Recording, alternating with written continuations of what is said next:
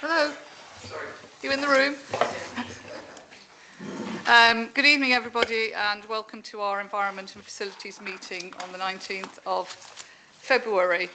I'm just going to wait till my computer goes to 1901, and then we will all stand for a minute's silence for the repose of the soul of Kevin Towell, one of our former councillors.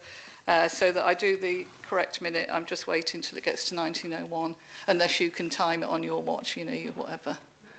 You normally got every gadget going. Yeah. All right, so we're all upstanding.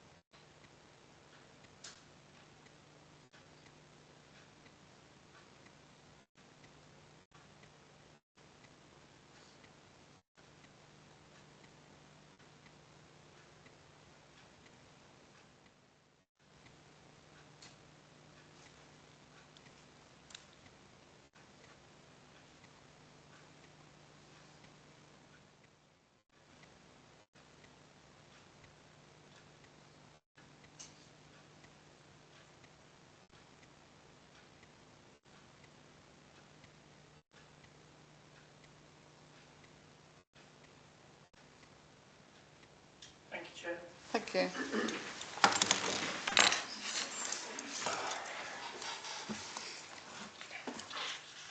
So, I don't think we've got any apologies, have we? None, Chair.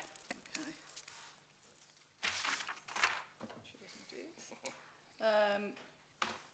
Interest, so to receive declarations of interest and dispensations, that will be as and when. Item 3. So we've got the minutes of the last meeting on the 22nd of January. I'm sure that you've all had a good look at them. I'm happy to propose for accuracy. Second by Councillor Slade. All in favour? Thank you.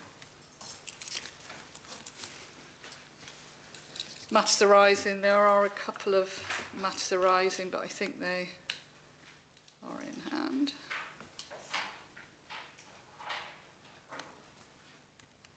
So the lighting enhancement of the Killicourt. Hi, Sarah. Sorry. Sorry. Yeah, I don't know when to say it, but I've come onto your committee. I think I'm going to vote on that. Do you? Oh, okay. Okay. It's sort of there's a spare space and nobody else had gone for it, so it's fine. No, I think it's further down. Oh, but is it further down? Sorry, I didn't know it was.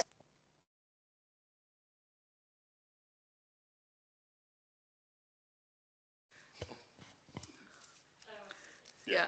All right. So just let me get back up to this. So lighting enhancement, we are discussing. I think you're on that, aren't you, Joe? Yeah, Chair, it's recommendation to full council. I think that's March full council that's going to. Yeah, so that's sorted. Nuki and Bloom, we talked about insurance for their container. They will have to find that themselves, but I'm sure the officer are going to get in touch with them about that. Yeah, I'll talk about that Nuki and Bloom in a minute because that's changed. So yeah. North Shore, obviously, they put a letter in at the last meeting. We have responded to them.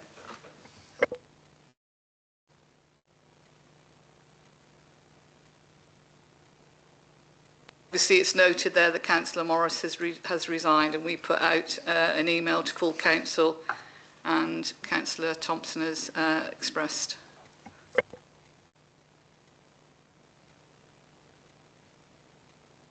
Had written a letter, but there is correspondence again this evening for them, so that's all matters arising. We now got the open session for members of the public. So I'm not sure if anybody in the gallery is here to speak. No.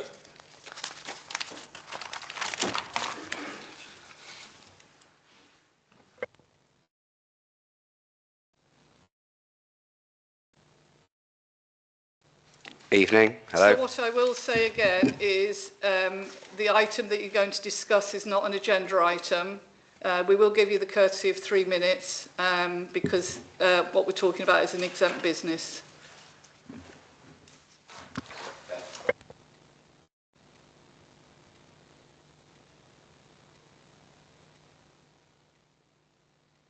Okay. Hello. I'm Sam from the Mother Surf Killer Court Cafe.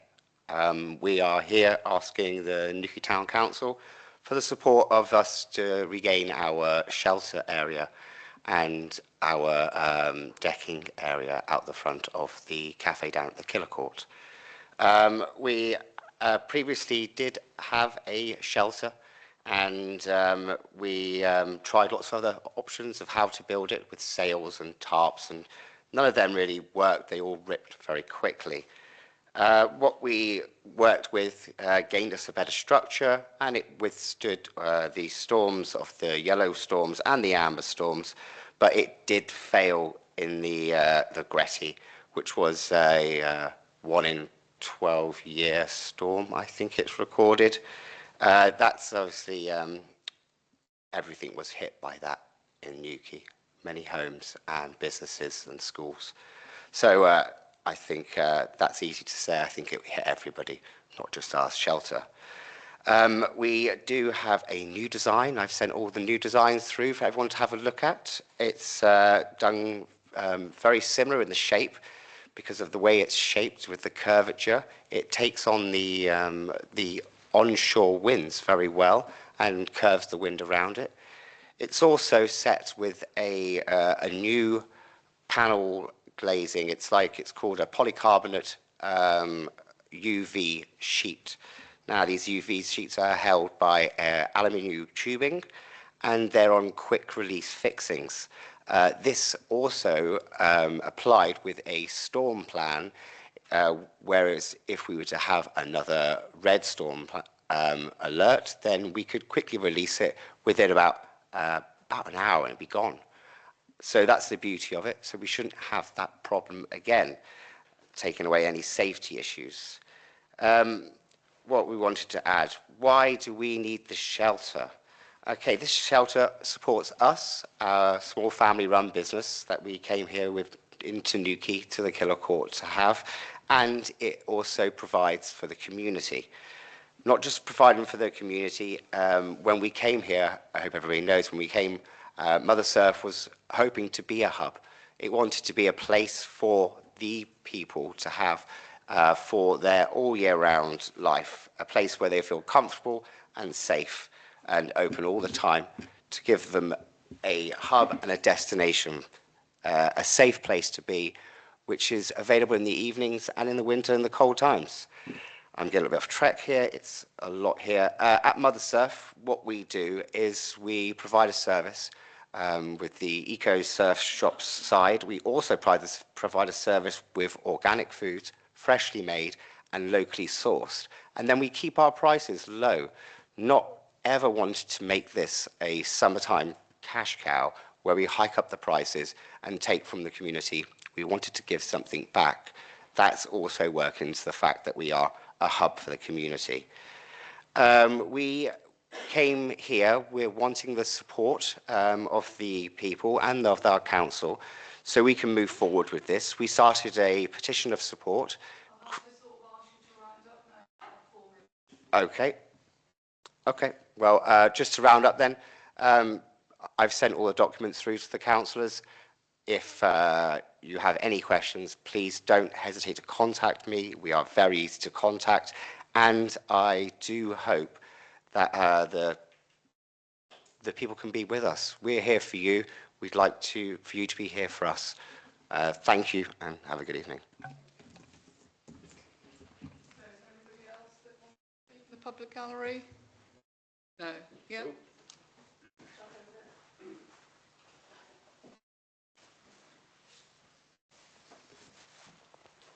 Hi, my name's Sue. I'm just a member of the public, but I frequent the Mother Surf Cafe, and it's a very, very nice meeting place. It was when it had a bit of shelter, But I met a friend down there last week. We'd arranged a meeting there, and it was freezing. The wind was blowing. It's never been like that before.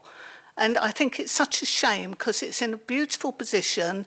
The proprietor is very accommodating. He's a really good service provider. And I think it's a shame that it seems to be things are being made difficult for him. I'm no relation. I was going to say I'm not a friend, but I'm not a friend. I'm a customer. And I think it is a big asset for me. I live in Chymedden on the Killicourt. Other mature people use it, because it's so close and it's a little walk across the Killicourt. And I think it's a shame to put these barriers up when, to me, it's accommodating. And there's a big earthy patch now on the floor where we had a bit of decking. Why move the decking? I can't understand why these things are happening. Why making somewhere that was really comfortable and accommodating into somewhere that's cold, wet and muddy. I think that's all. I think it's a shame. I love Newquay and it's an asset. Thank you for that. I suppose what I will answer is it's not an answer, but you don't know the full story. It's not as simple as you're saying that we're putting up barriers. You won't have had the full story. So therefore, but it was nice that you came along. The only story I've got is what I've experienced. Yeah, but you don't know the whole history of the site, so that's what I will say. But thank you. How will I find out the history of the site? I can meet with you and tell you all about it. Probably have several times. Right, I think that's it. Thank you. And I believe that you're here from Penthouse Residents Association? Penthouse Residents Association. Yeah, just to say that we have got 4 pieces of correspondence and we will be responding to them after we've discussed it all, but it's in exempt business. So you will get a response from the council by the end of the week. Could I ask why it's an exempt business? Because it's commercially sensitive. Yeah. I will look forward to a response. Thank you.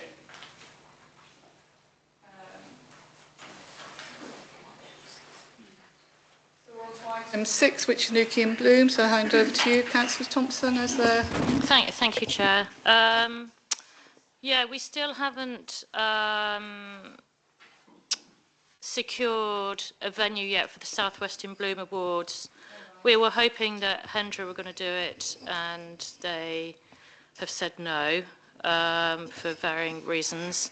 We're waiting for communication with South West in Bloom via Bob and the Atlantic Hotel. So it's still chuntering on at the moment, but we seem to be left out of the loop a bit. South West in Bloom are just communicating via Bob. So there was that, and the other thing, it was sorted. Yeah, we've secured a small room in the basement for the Newquay and Bloom tools. So we're going to get when the pass keys are updated, they'll get a pass key for the little room that's in the basement. You access through the front where the bollards are, so they can store their tools in there. They won't have access beyond that. It will just be that room. And there's a small cost for activating the security alarm in there. Sorry, I'm just going to an email as well, which is £95 plus VAT, which I'm sure Bloom, will cover that cost. It's cheaper than the shed. So yeah. So in the next month or so, sometime end of March, beginning of April, then hopefully we can use that. It's sort of like a widened corridor, which has a store. It's not a store of bits and bobs that are found round. There's a shopping trolley in there at the moment and things, but the environment team, I think, will probably it won't take them long to sort that out, and it's just got the 3 steps down to it. So that was that. The twinning, I've met with Shirley at the front of Marcus Hill, so we're going to be having like a sloping bed that you do floral displays on, so we're going to do that. So we're going to do the DNOR flag in that for this year, planted up, so summer planting and autumn planting. I've been there calculating the amount of petunias to get to that, yeah.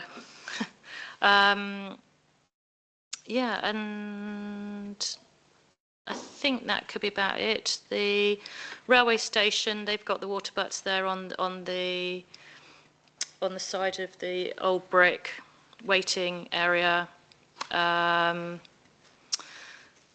We're still working in terms of how to cope with the green waste because Cormac will collect it, but they won't take the bags away. So it's got to be coordinated that there's got to be somebody there to get the bags, you know, like the dumpy sacks you get.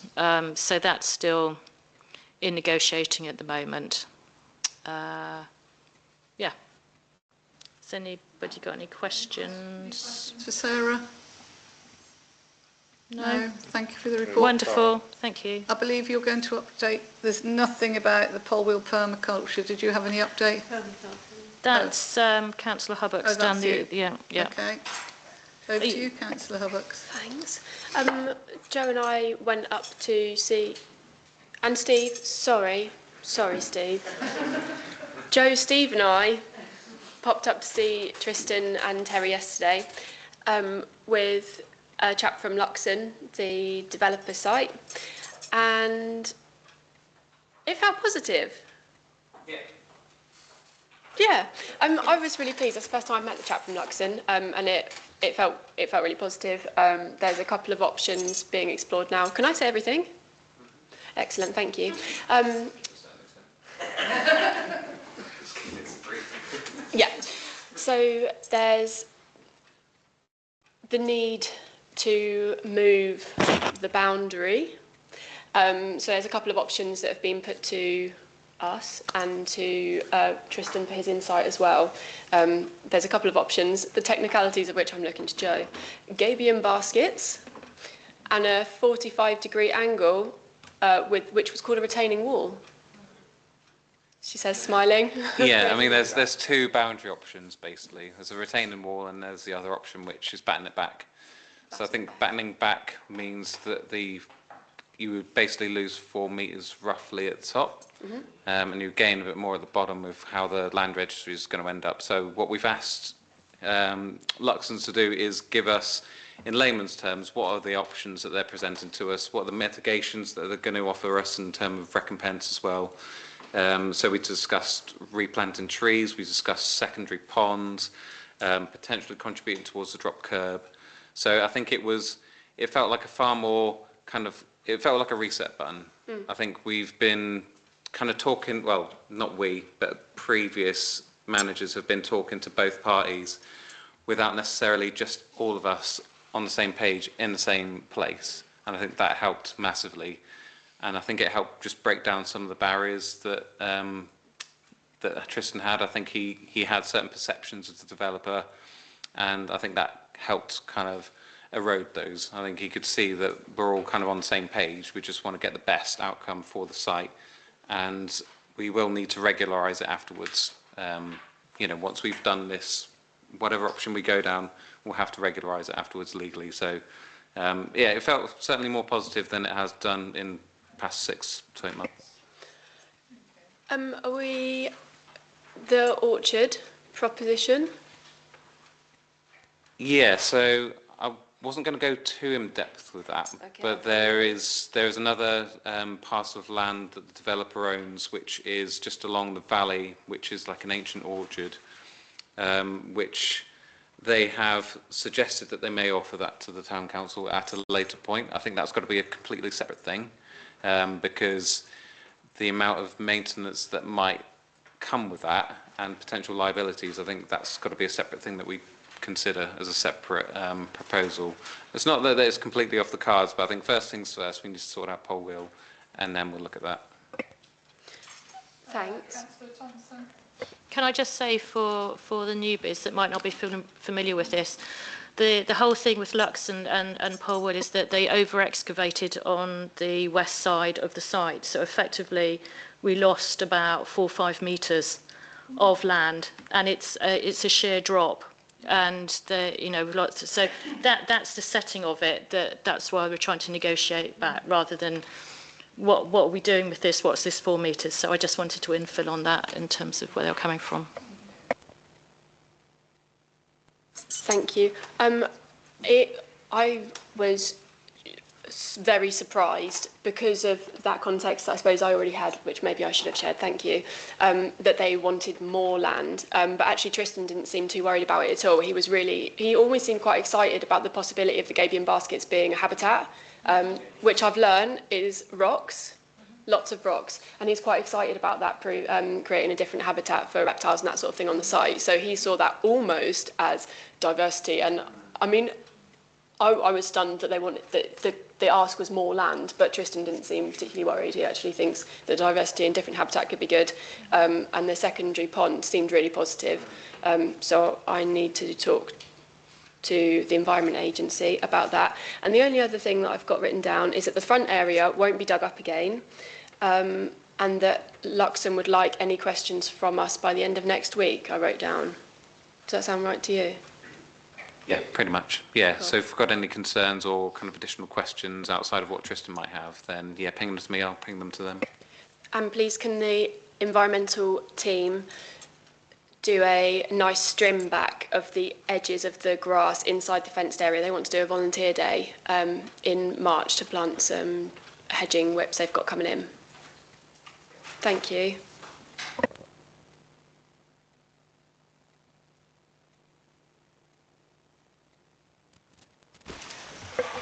Thanks, Chair, and thanks, Abby. I appreciate the time you took to go and meet with Tristan and Terry. And I unfortunately couldn't make it because of the community tree plant that we had in Trinance yesterday, which went very well.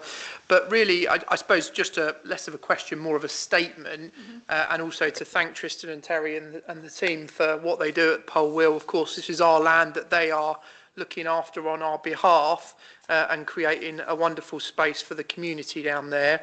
I suppose my point would be, as long as Tristan's happy with what's being proposed by Luxon, I think that's my first principle with that site, because he's put so much of his time, effort, and in fact some of his own money into that site to make it what it is and what it will be. So as long as he's happy, then I think we're happy, and we're picking up the drop curb I see on the later agenda item. So I'm really pleased to see that finally making some progress as well. Thanks, Joe.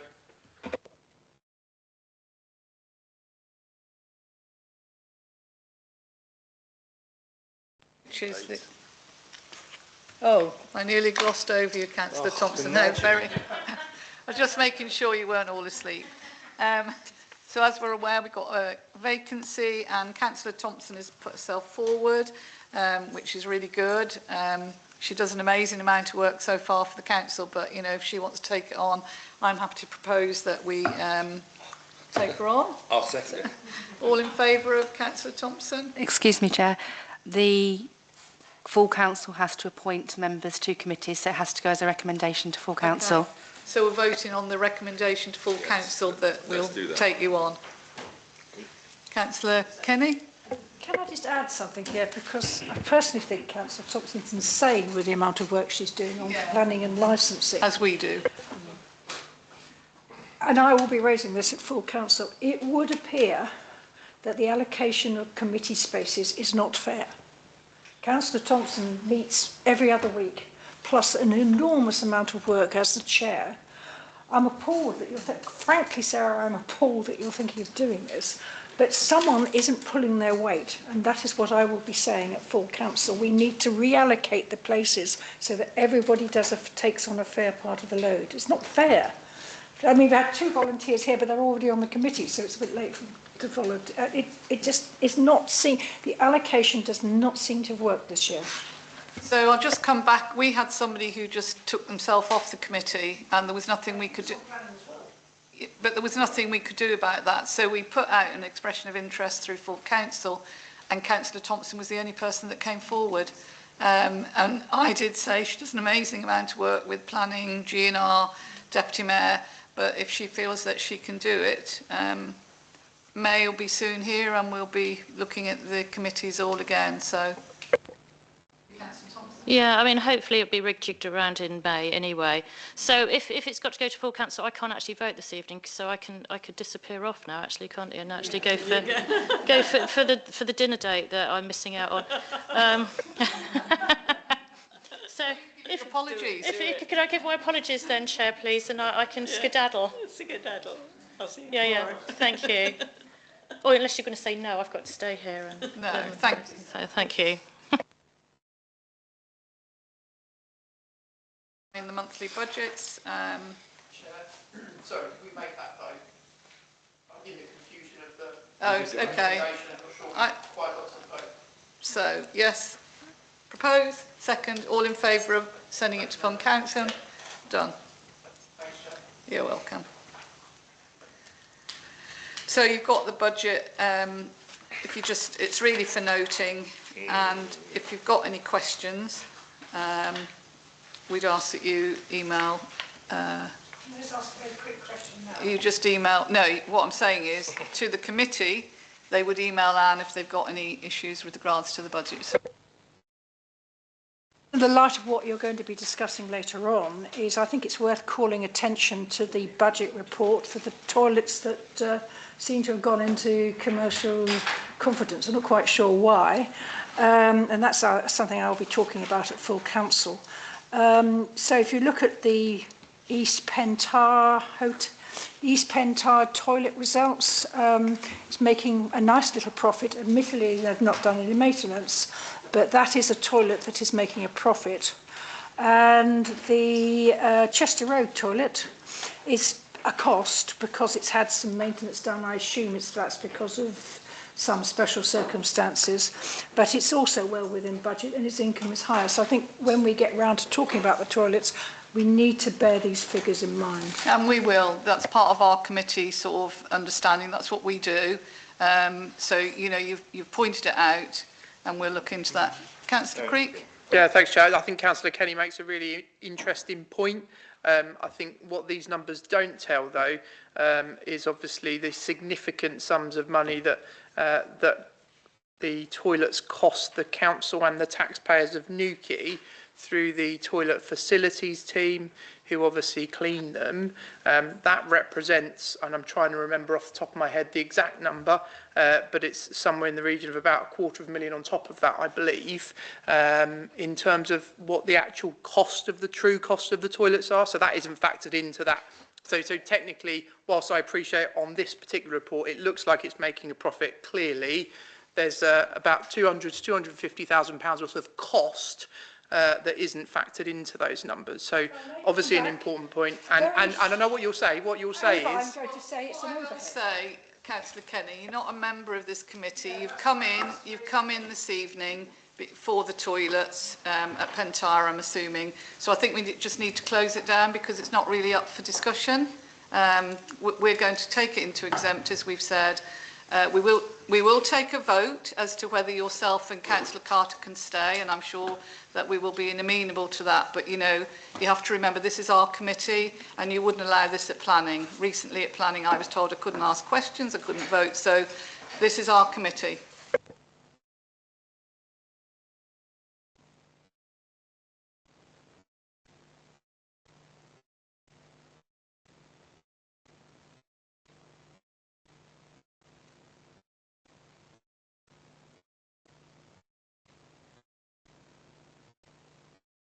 Item 9, E&F, there's obviously lots of... can I vote? Can we just take a vote on these all together? Yeah, just to note them, Chair, yeah. So you've got everything there, your EMR balances, your EM investments, E&F town toilets, the analysis, etc., etc. So if there's any questions, as we say, you know, you can direct them to Anne. I'm just going to sort of vote to... for noting, we have a seconder and all in favour. Thank you. Good. So we're now on to item 9, which is the Estates Manager report. Now I hand you over to Joe. We're so delighted you were here. We thought we had apologies for you. Thank you, Chair. I've got 3 reports. I'll try and keep them brief. My first report is a general overview. So the contactless upgrades for the Porth toilets, we're aiming for hopefully for those to be complete before the Easter half term. That's our kind of hard deadline. Mount Wise Gardens play area, there's a bit of still back and forth in regards to devolution. I won't go into that, but in regards to the play area, as in my report, the panel, councillors Slade Creek and myself met. We agreed on an approved bidder, and now we're just working with that bidder to finalise design, which we then hope will circulate to local schools to get some feedback as to whether we're completely, on the right page. And then following that will hopefully be progression of the order and start planning in the work. So that's where we're at with that.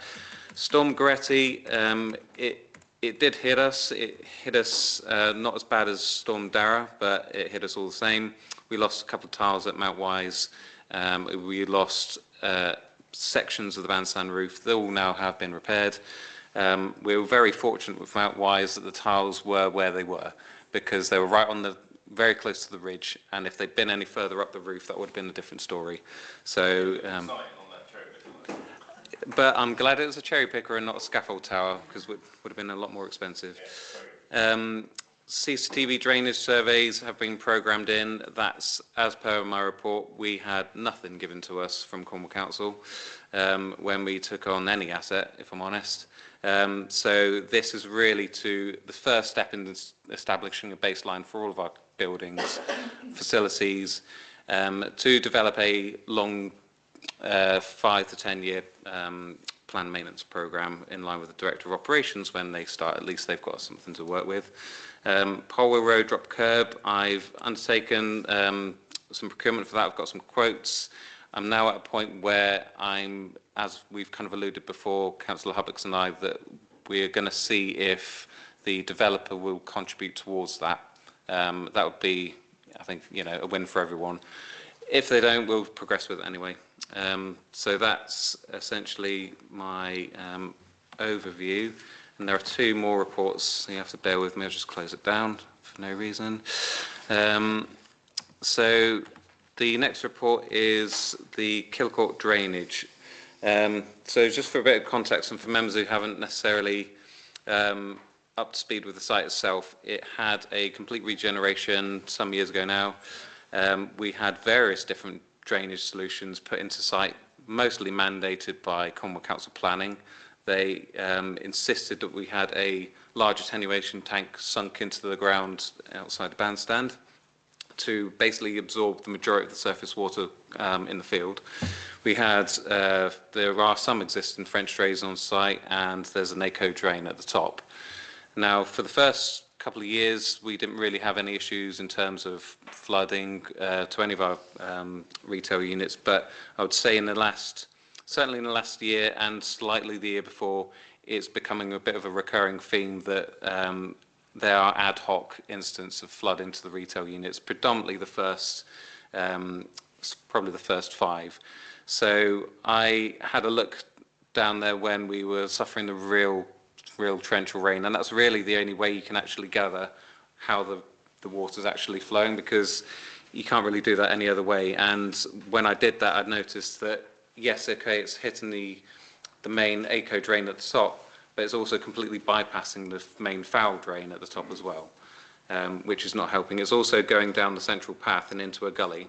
So I tasked the environment team to do another French drain at the top and basically rejig that entire flower bed.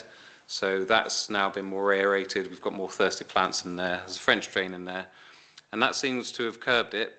But I want a more sturdy, proper solution going forward, because if we keep getting the rainfalls that we're getting at the moment, I think we need to future-proof this site for at least the next 10, 20 years. So my proposal is to introduce a V-shaped eco drain at the top, which will then take all the surface water coming off Gibraltar Crescent, which is something unfortunately outside of our control. It comes straight onto our site and it just goes wherever water ends up. So at least if we have a V shape, it will capture all of that surface water, and if it's deep and strong enough, which we need it to be because it has to account for event traffic that comes across, rides that come across, heavy vehicles, and it needs to be deep. So what you don't want to do is just do something relatively lackluster, putting a band-aid on it, and then find yourself in 5 years' time, it hasn't really solved the problem. So I have a recommendation in my report, which is to go with quote 1 and recommend to GNR to release 7,600 from the contingency EMR to commission and undertake the additional drainage works at Kilcourt. And I'll shut my trap now. Questions for Joe? If not, we'll go to the vote on the... Sorry. I just think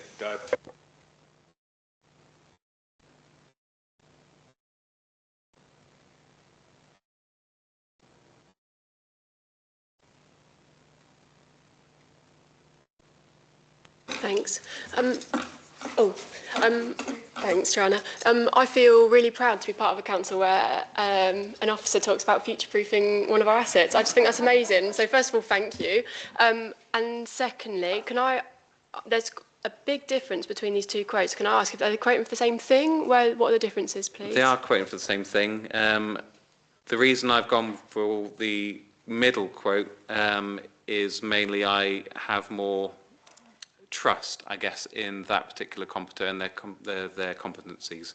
They know the site intimately, and they know the drainage on site intimately. And I think if there's going to be a contractor which I feel understands it well enough, it's not necessarily about what they're doing; it's about how they're designing it.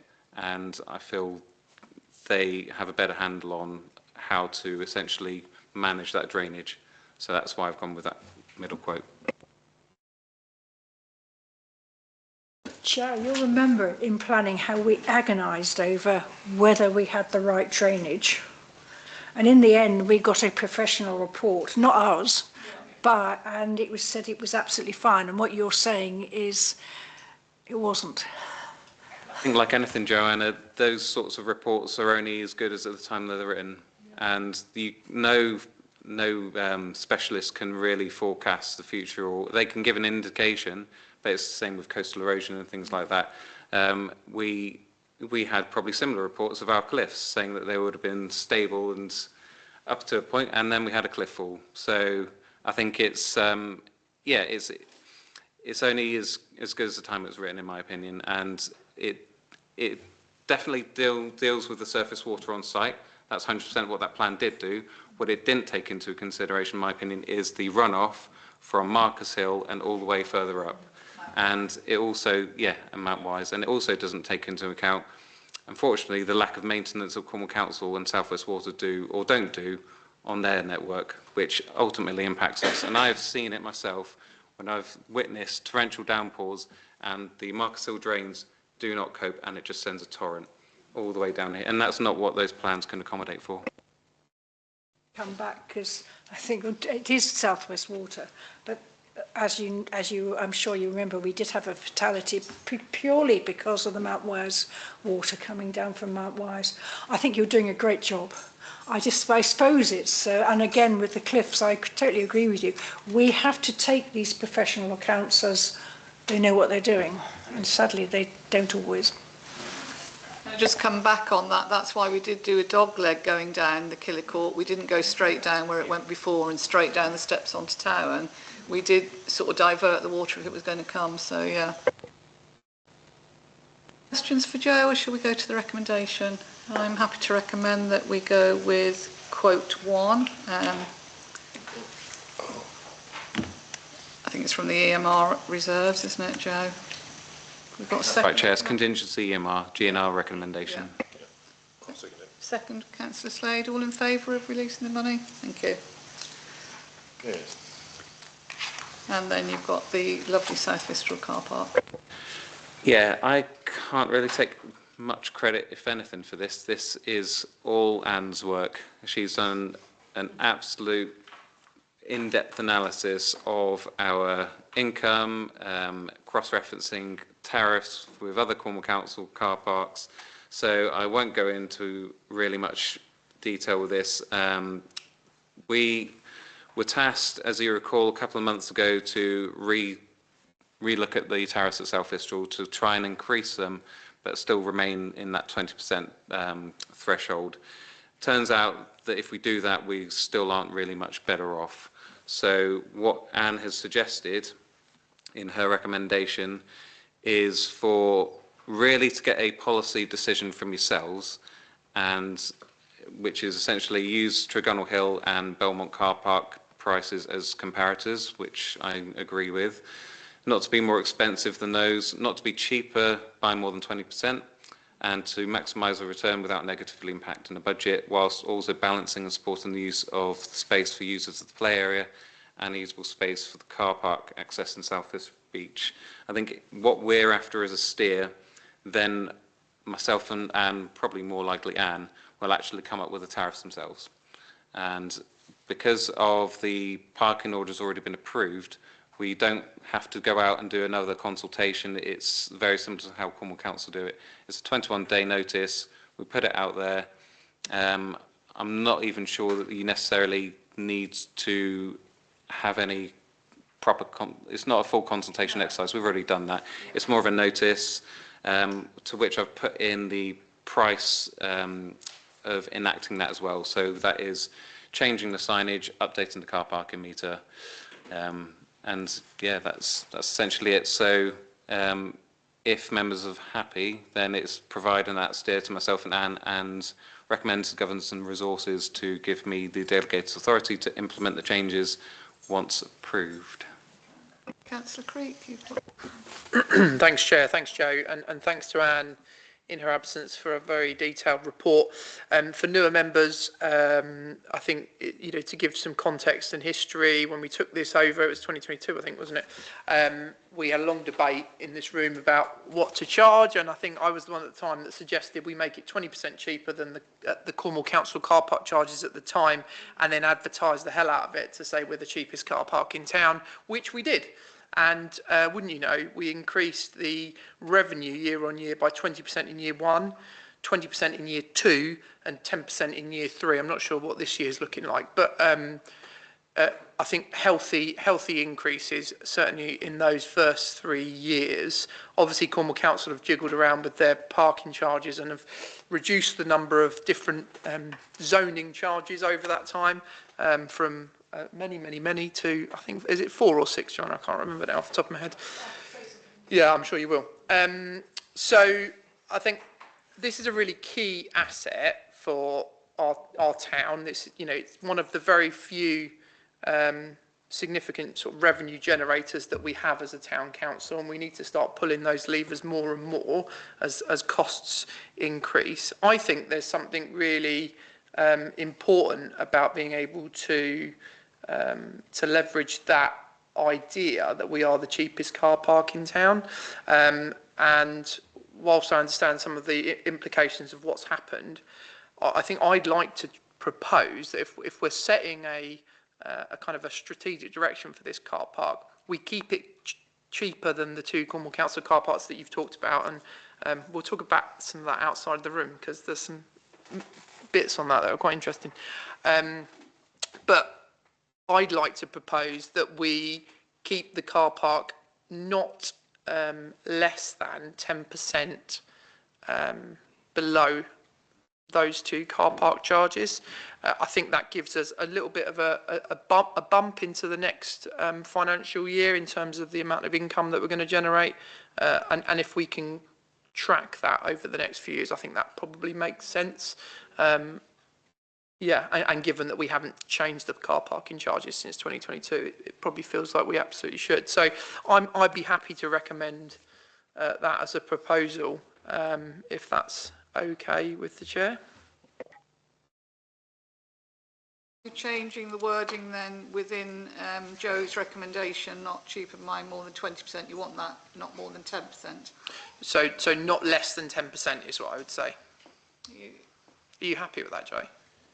Yeah, the only other thing that wasn't in that recommendation, which I've noticed, is whether you wanted to maintain the stance for the winter charges, because I've noticed that Cornwall Council obviously introducing winter charges, and at the moment we apply a flat daily charge of £1. So it's whether you want ourselves and Anne to look at that in the same way, still maintaining that 10%, or if you wanted to keep that flat daily fee. Yeah, so it's a really difficult one, isn't it? And I made this argument to the portfolio holder for transport just last week, and Councillor Kenny was there.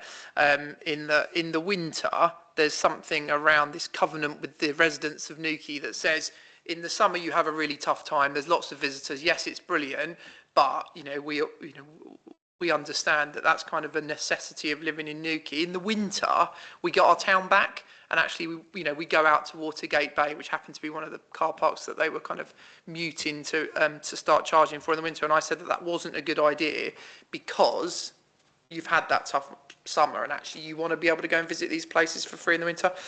I don't think we generate that much revenue off of the winter £1 a day charging, and I'll be happy to be proven wrong by Anne, but given the increase in the summer, I'd be happy to scrap the winter fee, frankly. Okay, but sorry, I just talked to Joe. That's not actually in the recommendation, so you'd have to rewrite the recommendation, because we need to vote on something, but we can't change it afterward. No, so I think you'd have to include that as another line in your recommendation that you. I think it would come under where it talks about to maximise the return without negatively impacting the budget. I think if we can amend that to include the feasibility of scrapping the winter charge, then we'll certainly have a look at it. It really depends on how it then pans out. If we look at the 10%, and if we can scrap it without basically putting ourselves in the deficit, then ourselves and Anne can look at that. Yeah. But more than happy with that, Chair. Just let Councillor Kenny ask. I'll just come in on this one because I think I spent most of my career as a town councillor and a Cornwall councillor arguing about car park charges.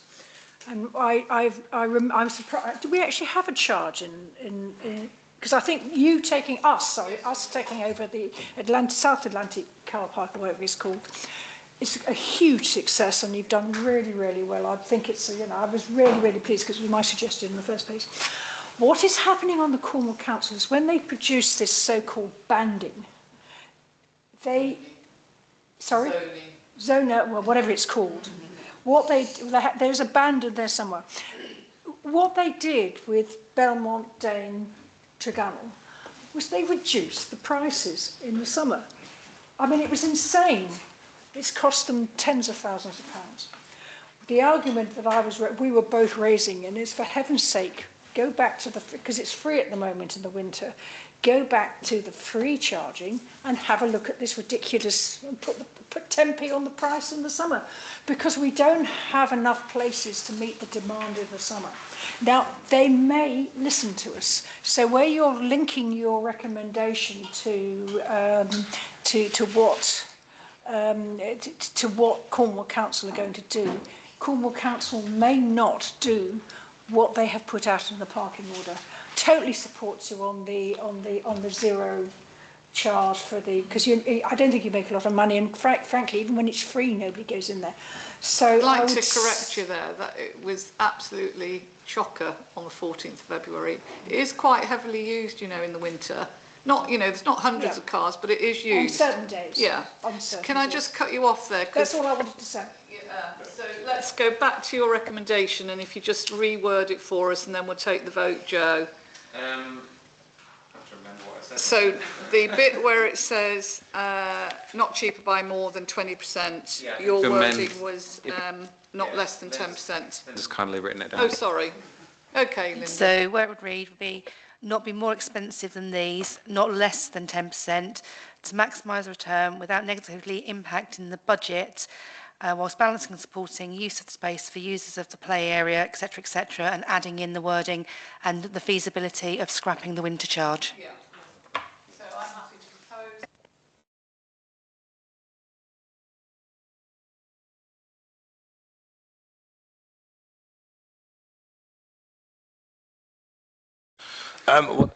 Any chance of them getting the Christmas trees gone at some point? Yes, there's in their programme. They will be doing it. I'll chase them up.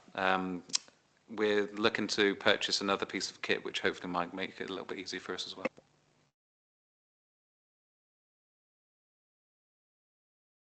The 6th of February was the last day they could drop them off, yeah. So they have been there for a time, but actually it's not very, I'm not a gardener, but it's not great mulch, is it? That's the thing. They've got to mulch it down, and it really isn't, one of the best. So they do a good job. No, yeah, Councillor North's right, it's not good mulch, unfortunately, but we find uses for it. Yeah. Tristan oddly wanted some as well when we saw him, so we will find uses for it.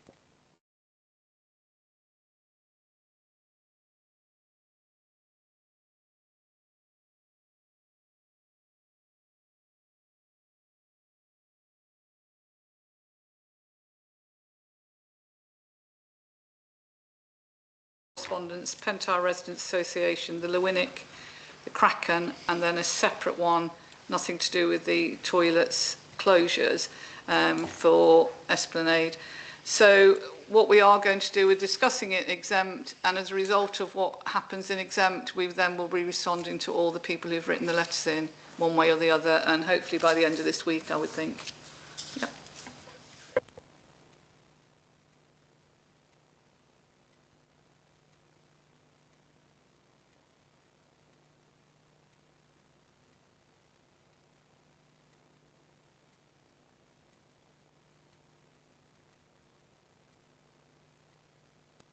Yeah, I forgot to mention in my report.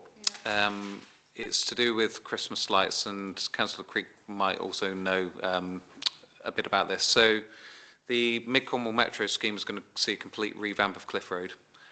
What they have suggested to the Council is, at the moment, we have along that stretch a lot of small posts which house our kind of festoon lighting and bunting.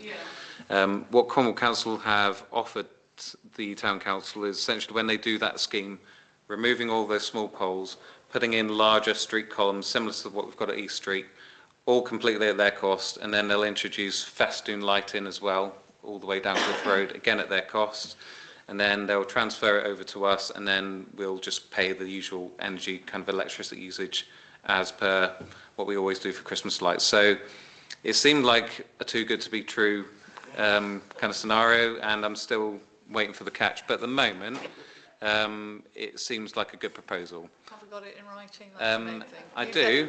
So if it's in writing, we're happy. Yeah, so it seemed like a no-brainer.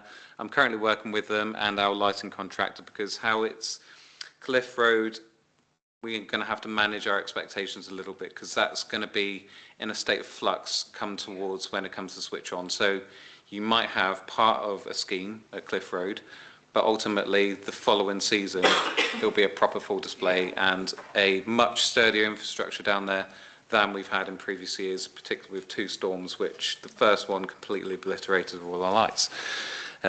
So hopefully that will be a much improved scheme. So I just forgot to mention that earlier.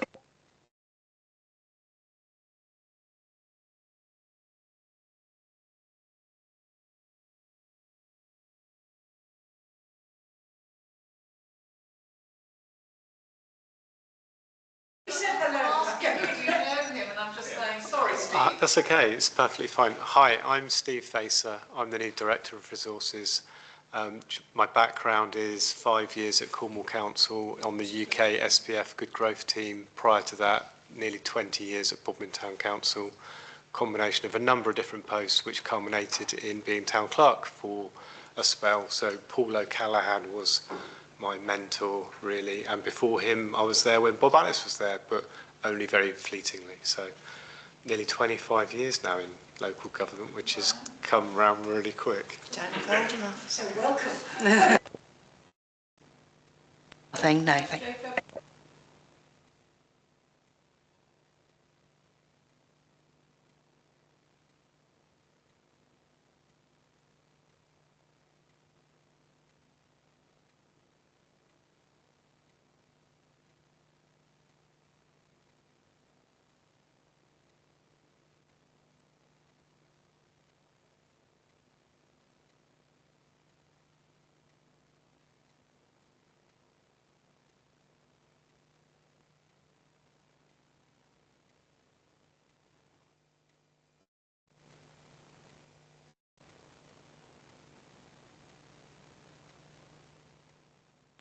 Yep, so what you need to do is you need to, Resolve that pursuant to section 1.